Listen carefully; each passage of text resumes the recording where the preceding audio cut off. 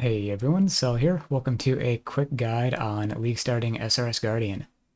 This video is mostly aimed at solo self-found players that have played before and are familiar with the leveling process, but want some general advice on how it is for this build in particular.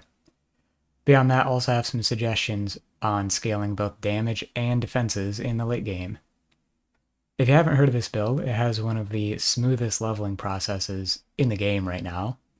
You essentially get to the first labyrinth and completely cruise from there.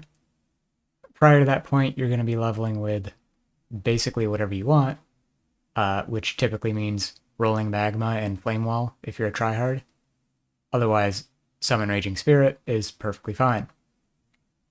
Once you get the sentinel radiance, you'll be moving from pack to pack using convocation, and every time you summon the sentinel radiance to your location, everything around you is pretty much going to melt.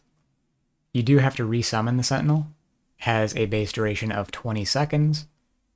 This cluster up here has quite a bit of duration on it, taking it to, if I recall correctly, about 32 seconds. So it's not extremely bad. It can die in some late game scenarios, but overall, not too bad. It has a pretty long duration, and it is a very smooth playstyle during the campaign. Once you're past that point, the core loop is basically the same. You're going to walk or shield charge or flame dash in or in the general direction of a pack. Press your convocation, everything around you is going to die pretty quickly, and you'll use your SRS to supplement your clear. During the campaign, it's mostly for single target, the summon raging spirits that is, and they won't really take over your clear until you get later into maps where things start having more health and more defensive modifiers. The path of building that I'll link down below is going to cover some notes here on various things, both the leveling process, some early map scaling, and some endgame options.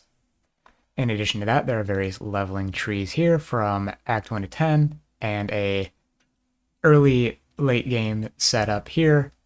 Kind of freestyled this maps tree here. This cluster socket is empty, for example. This is where a medium or large cluster would go once you get to that point. And there is kind of some flexibility. It's a bit of an intermediate build in that sense, in that you'll probably have some extra points before you get certain items, jewels in particular. So you can pick up temporary nodes prior to that point. So for example, you have some jewels, they're pretty basic, you want to use them, you don't have your cluster yet. Well, then you would pick these jewels up first prior to getting the large jewel socket here, and possibly find some other things to splash points into, be that like block chance, masteries, a couple minion damage points up here, just to spec out of them later once you do have that cluster jewel or those ghastly jewels to socket into these various sockets. If you're playing this build and you aren't the fastest player, I would recommend checking out Poe Ninja and following along people that are going to be in the 90s day one and seeing what they do with their characters over time. Checking out the various timestamps on Poe Ninja just to see how people progress their build over time.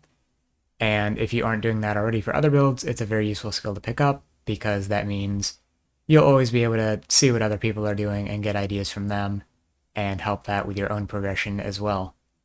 The build isn't just a leveling monster, though. If you really want to, you can scale it to as far as Ubers.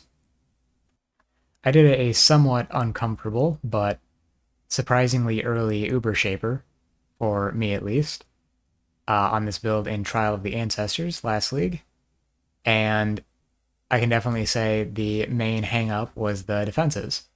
So knowing that, you can make adjustments accordingly. If you're going for Ubers, try to specialize in some Uber-specific defenses, some of which I outline in the endgame options here.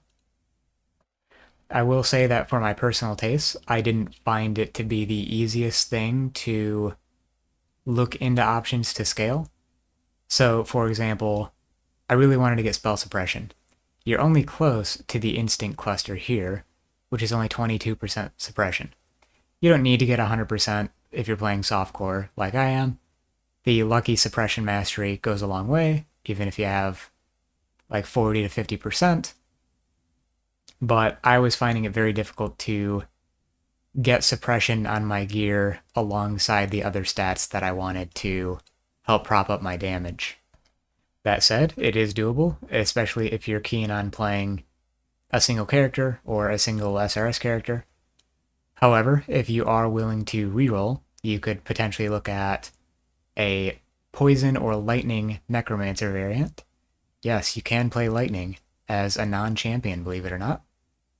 And I've outlined some notes for what that would require or what I would suggest before making that transition in the notes as well.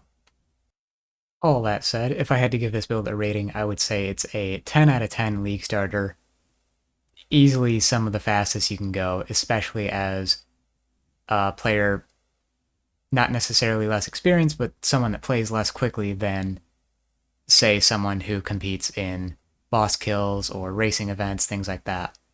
The playstyle is so smooth and it gets started so early on that this will likely be the fastest character you have ever leveled, regardless of how fast you typically go. However, I would say it falls off to about a 7-ish for me personally in the later game, just because there are some other classes that scale better in my opinion. That said, it is a perfectly capable League starter that will take you very far. Again, as far as Ubers, if you really want to, but definitely 2 4 Void Stones without outside help on as little as a 5 link. Anyways, if you have any questions about the POV or any other suggestions as to what I should do with my future guides, let me know down in the comments, and I'll catch you next time. Peace.